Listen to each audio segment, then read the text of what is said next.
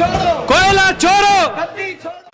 Bharatiya Janata party के राष्ट्रीय युवा मोर्चा के राष्ट्रीय अध्यक्ष मेरे मित्र अनुराग ठाकुर जी, भारतीय जनता पार्टी में दिल्ली की आवाज़ और हमारे पार्टी के महामंत्री, मेरे साथ मंत्री रहे आदरणीय विजय गोयल जी, मेरे मित्र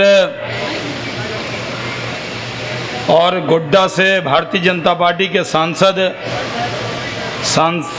में अपने भाषण से पूरी संसद को प्रभावित करने वाले भाई निशिकांत दुबे जी, भारतीय जनता पार्टी की राष्ट्रीय मंत्री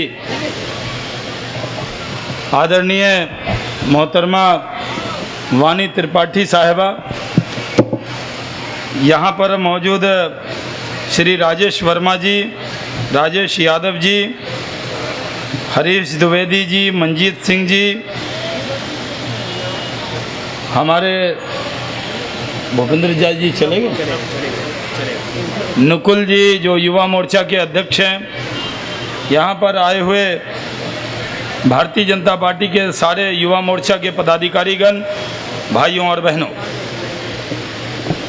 हम सबको आज माननीय अरुण जेटली जी विपक्ष के नेता संबोधित करने वाले, उससे पहले हम अनुराग ठाकुर जी को बधाई देने आए। युवा मोर्चा में इनके राष्ट्रीय अध्यक्ष काल में कोई भी आंदोलन की शुरुआत अगर होती है भारतीय जनता पार्टी की, तो वो युवा मोर्चा के नेतृत्व में होती है, अनुराग ठाकुर के नेतृत्व में होती है। और आज 3 दिन का आंदोलन पूरे देश में शुरू हो रहा है। करीब 40 स्थान पर भारतीय जनता पार्टी के नेता जाएंगे, कार्यकर्ताओं से मिलेंगे और वो प्रेस से मिलेंगे और पूरे देश में ये जो कोयला की चोरी हुई है इस मुद्दे को उठाने का काम करेंगे। भाइयों और बहनों, पिछले 15 दिनों से जब से सीएजी की रिपोर्ट आई है, हम पार्लियामेंट में इस विषय को उठा रहे हैं। आज कई लोग हैं जो ये दोहाई दे रहे हैं कि पार्लियामेंट नहीं चल रही है, जैसे लग रहा है कि हम सिर्फ कांग्रेस के गलत कामों पर ताली बजाने के लिए पार्लियामेंट में गए ने। हम पार्लियामेंट में गए हैं, देश की जनता का प्रतिनिधित्व कर रहे हैं। हम पार्लियामेंट के अंदर, संसद के अंदर जनता की आवाज बनकर बैठे हैं।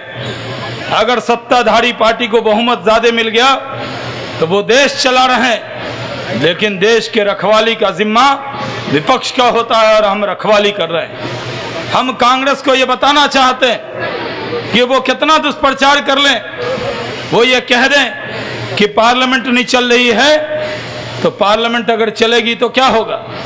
पार्लियामेंट में तो वही मनमोहन सिंह जी का बयान जो उन्होंने पार्लियामेंट में ले कर दिया था, टेबल कर दिया था, वही बयान वो छापने वाले हैं, वही बयान वो कहने वाले।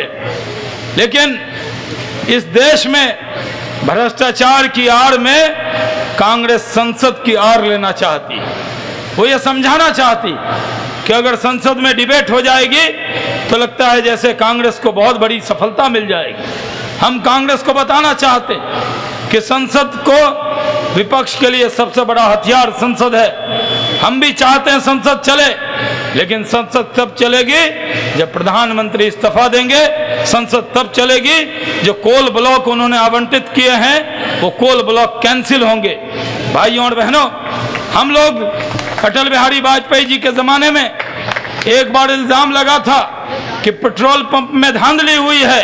हमारे नेता अटल बिहारी वाजपेयी जी ने सीएजी की रिपोर्ट का इंतजार नहीं किया था, अखबार में छपा और अटल बिहारी वाजपेयी जी ने सारे पेट्रोल पंप कैंसिल कर दिए थे। अगर मनमोहन सिंह जी चाहते हैं कि दाल में कुछ काला नहीं है, कोयले में कुछ काला नहीं है, तो तुरंत कोल ब्लॉक कैंसिल करें, प्रधानमंत्री जिम्मेदारी अपनी ले और हम संसद में इस पर चर्चा के लिए तैयार होंगे।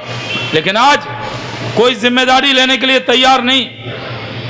एक सीएजी की रिपोर्ट नहीं है, कई रिपोर्ट कतार में खड़ी है, लेकिन जानबूझकर ये लोग चाहते हैं कि इस पर चर्चा नहीं हो। भारतीय जनता पार्टी ये जानना चाहती, कोल इंडिया ने कोल ब्लॉक मांगा था, लेकिन कोल इंडिया को कोल ब्लॉक नहीं मिला। ये परचून की दुकान चलाने वाले, ये अंडरवियर बनाने वाले, इनको कोल ब्लॉक मिल गया, लेकिन कोल इंडिया को कोल ब्लॉक नहीं मिला। ये सरकार जो सरकारी संस्थान है उसको कोल ब्लॉक देने को तैयार नहीं थी, लेकिन जिनका कोई अनुभव नहीं है उनको कोल ब्लॉक मिल गया।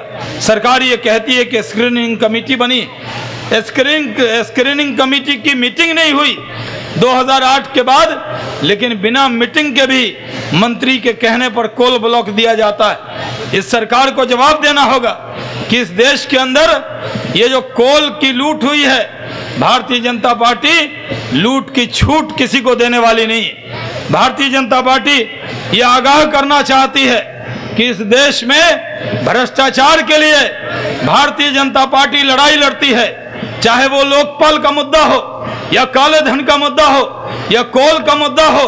भारतीय जनता पार्टी ने संसद से सड़क तक लड़ाई लड़ी है, और अगर हम लड़े ना होते, अगर हमने लड़ाई न लड़ी होती, अगर हमने 2G पर एक सत्र में संसद बंद नहीं किया होता तो जेपीसी नहीं बनती।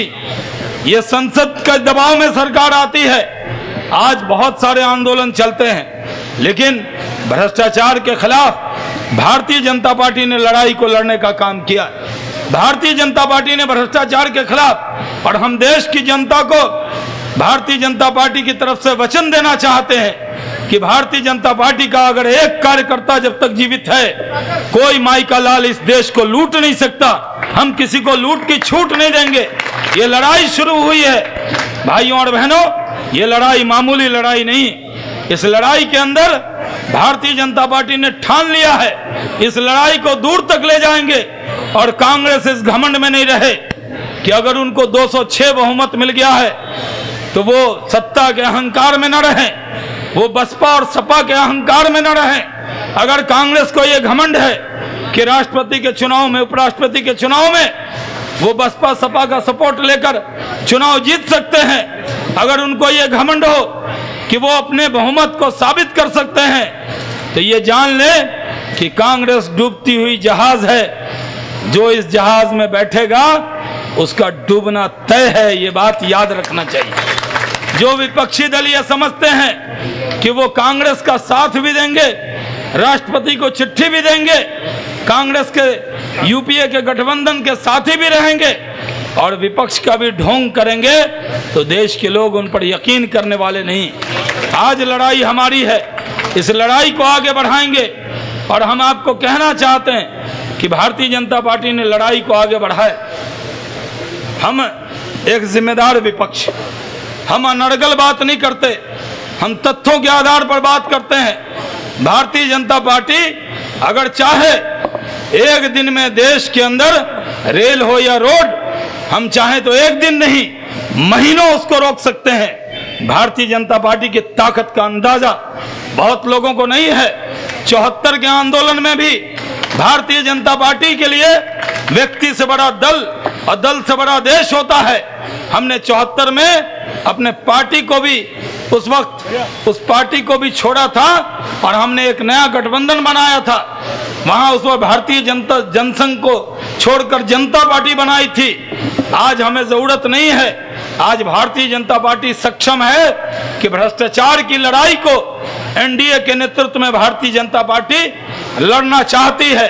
जो दल ये सोच रहे हैं कि वो कांग्रेस की मदद इधर से नहीं उधर से कर देंगे, वो मदद उनकी होने वाली नहीं है। हम उनको बताना चाहते हैं कि इस देश में भारतीय जनता पार्टी ने ठान लिया, हम दरिया की तरह चलते हैं, दरिया के मानिंद चलते हैं। जिस तरह कई लोगों को तुरंत बहता हुआ पानी उबाल करता हुआ दिखाई देता है, लेकिन नदी में जो पानी चलता है वो कई लोगों को दिखता नहीं है। ये भारतीय जनता पार्टी एक दरिया की मामिंद है।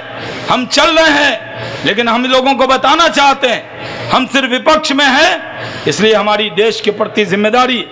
हम कांग्रेस को आगाह करते हैं, आज संसद नहीं चल रही, अगर प्रधानमंत्री इस्तीफा नहीं देंगे, अगर कोल ब्लॉक कैंसिल नहीं होगा, तो ये देश के अंदर भी कोई काम काज नहीं हो पाएगा।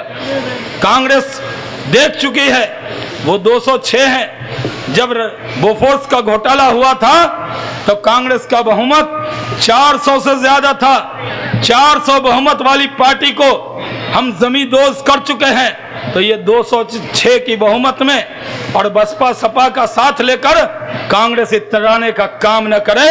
भारतीय जनता पार्टी सक्षम है, हम लड़ाई लड़ने में सक्षम है, हम कोई मौका किसी को देना नहीं चाहते। इसलिए एक शायर ने कहा था, दरिया हो खामोश तो मत समझ की रवानी नहीं है, दरिया हो खामोश तो मत समझ की रवानी नहीं है। हम हैं अपने फर्ज से मजबूर, मत समझ जोशे जवानी नहीं है। अरे उठेंगे तो तूफान बनकर उठेंगे, अभी हम सब ने उठने की ठानी नहीं। हम तय करेंगे संसद सत्र के बाद इस देश में तय होगा या कांग्रेस की सरकार रहेगी या भारतीय जनता पार्टी का कार्यकर्ता रहेगा। इस लड़ाई को और तीखी करेंगे, इस लड़ाई को और नोकीली करेंगे। और कांग्रेस को याद रहे, अगर कोयले पर सचेते नहीं तो जमीन के नीचे जमींदोज होगी। कोयले की खदान में कांग्रेस को पहुंचाकर छोड़ेंगे, ये हम उनको बताना चाहते हैं। ये कोयला निकाला है, उसमें जो गड्ढा है उस गड्ढे में कांग्रेस को पहुंचाकर छोड़ेंगे। जय हिंद।